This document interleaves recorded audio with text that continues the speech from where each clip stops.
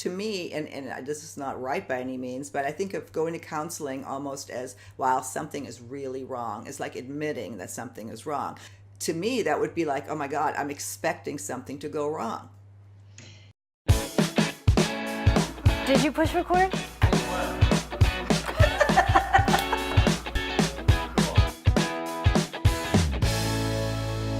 Thanks so much for tuning in again to our second act with Paige and Silka.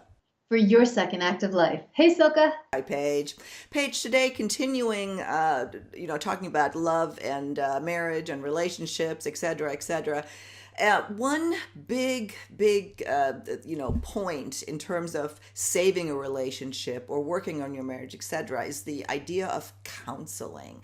That is something that, well, nobody really wants to go to counseling. At what point do you, and being a counselor, somebody who people come to seek for help, how would you advise couples to make that step before it's too late? Well, everybody, and I say it's across the board, nobody wants to deal with issues. They want things to be light and happy and fun, and we'll deal with the issues later. But, I would always recommend in the beginning of a relationship, after the honeymoon phase, start finding a therapist that you connect with. That, because things bubble up right after the honeymoon phase, and just kind of go in and go, hey, you know what? This is a new relationship. We've been together for a year or so, whatever that might be. And we'd really like to strengthen what we already have instead of waiting all the way down the road and having things get so bad that someone said, I'm done, I'm finished. That's the first point. Second point is, as soon as something pops up and you're noticing in your relationship that resentment's building, there's more tension, that's more anger, everybody needs help on how to speak and communicate with their significant other. So a lot of times one person will go into counseling by themselves, work on their own stuff, which is really important. And then I'd urge the other person to work on their stuff because we both bring our bags and our luggage to relationships. And then you come together to kind of talk about how your stuff has shown up and bled out into the relationship and what can you do? Because it's all about seeing the other person, hearing the other person, being present for the other person. But if you have all this junk in the background, how can you see somebody? How can you hear somebody? How can you be present for another person? Because you're still like wanting to get your own needs met, own needs met. Does that make sense? No, it does. And here's what stuff that's coming up for me, and I think of real life. To me, and this is not right by any means, but I think of going to counseling almost as while something is really wrong. It's like admitting that something is wrong. Like I couldn't imagine, I think your point is great in the beginning that, hey, be proactive and think about it. To me, that would be like, oh my God, I'm expecting something to go wrong. Yeah, and the thing is, none of us is perfect. We all carry luggage from the minute we walked into this lifetime. So I always tell people, think about it as inner growth. Like, don't you want to continue to grow as an individual and as a, soulful being in this lifetime? So if you think of it that way, and I Well, practice. especially, I'm sorry, I didn't mean to cut you off, but especially, I guess, when we're, at this time around, because again, we're not talking to 20-year-olds, first time married, although that would be good advice as well. But when you're at this point, you really don't want to mess up again, or you do, we've built up so much that we bring to the table. Being proactive is probably a really, really good thing. Or if we're at that point to where maybe we're facing a great divorce situation, is, get in there before one person has made up their mind. Because what I've heard from therapists is that a lot of times people go to counseling and one of the parties is just going there to ask for permission to leave, not to fix anything. Yeah. So both of your points, very, very well taken. When you go in, well, first let me address something is wrong. So that's a stigma. And as you know, we're doing this new show once a month about emotional health. Right. And that goes with that. So nobody is an island. Nobody can figure things out completely on their own. And when you can work with someone that you trust about what's gone on in your own life and what you're working through, you get skills. You learn how to communicate. You dig deep to find out, why am I doing what I'm doing? And everybody has levels of trauma, and that always gets in the way of relationships. So that's the first piece. Number two, when you had said about, people going into therapy and, is it too late? What I see continuously is that when, especially in midlife, When a relationship ends, people want to jump right into another one. And I'm not being sexist when I say this, is what I've seen. More times than not, a man will jump into another relationship much quicker than a woman will. And this is Paige's perspective, what I'm about to say. I believe in what I've seen through the decades is that because women have emotional relationships with other women, we have our friends, a man doesn't have that type of an emotional relationship, and men crave for that. They want that. That's why, they're in a relationship.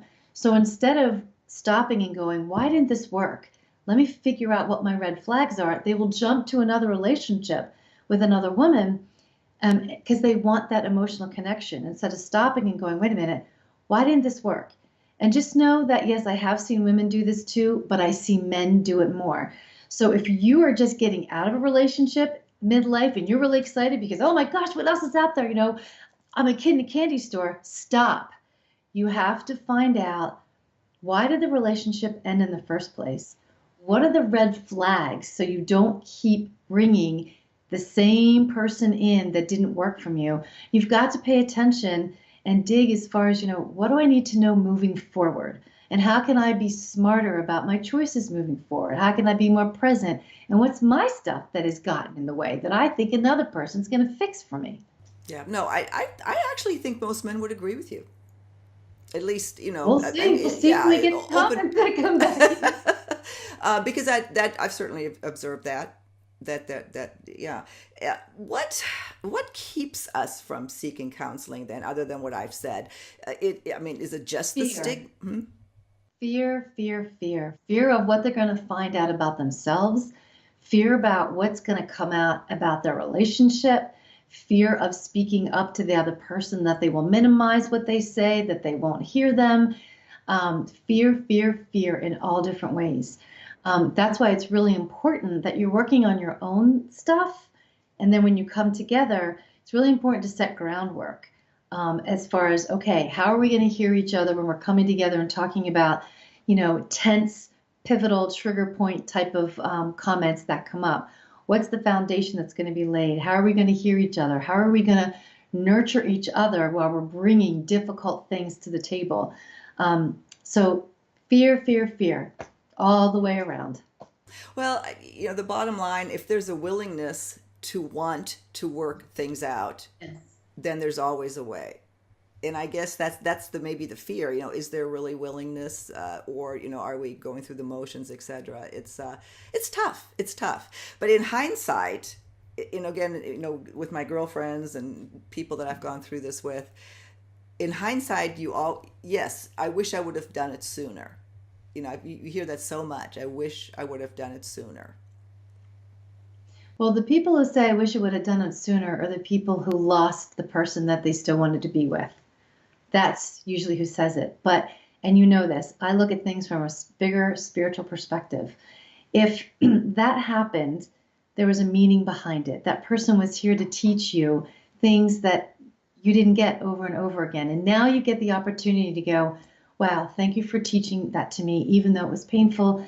And now we're separated, now we're not together, but I'm going to do something about it. And I'm going to learn more about myself. And I'm going to be who I've wanted to be that I couldn't be in that relationship for somebody else. So there's always a reason why these things occur. So if you look at it from a bigger perspective, instead of getting angry and being pissed off all the time, look at it from a bigger lens. And take responsibility for whatever your part in it was. Own what your stuff is.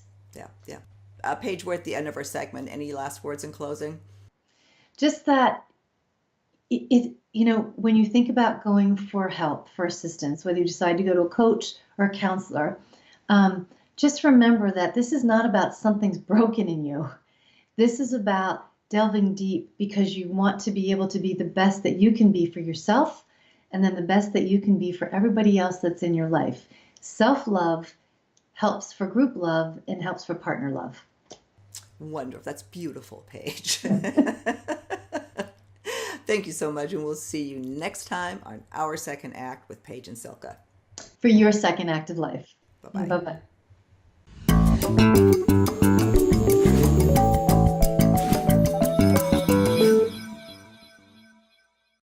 Thanks so much for watching. If you have a topic that you would like to see us cover, please visit our website, secondact.tv. On our homepage, we have a suggestion box in the upper right-hand corner. Just drop us a line. Let us know what's on your mind. We'd love to hear from you. See you next time. Bye-bye.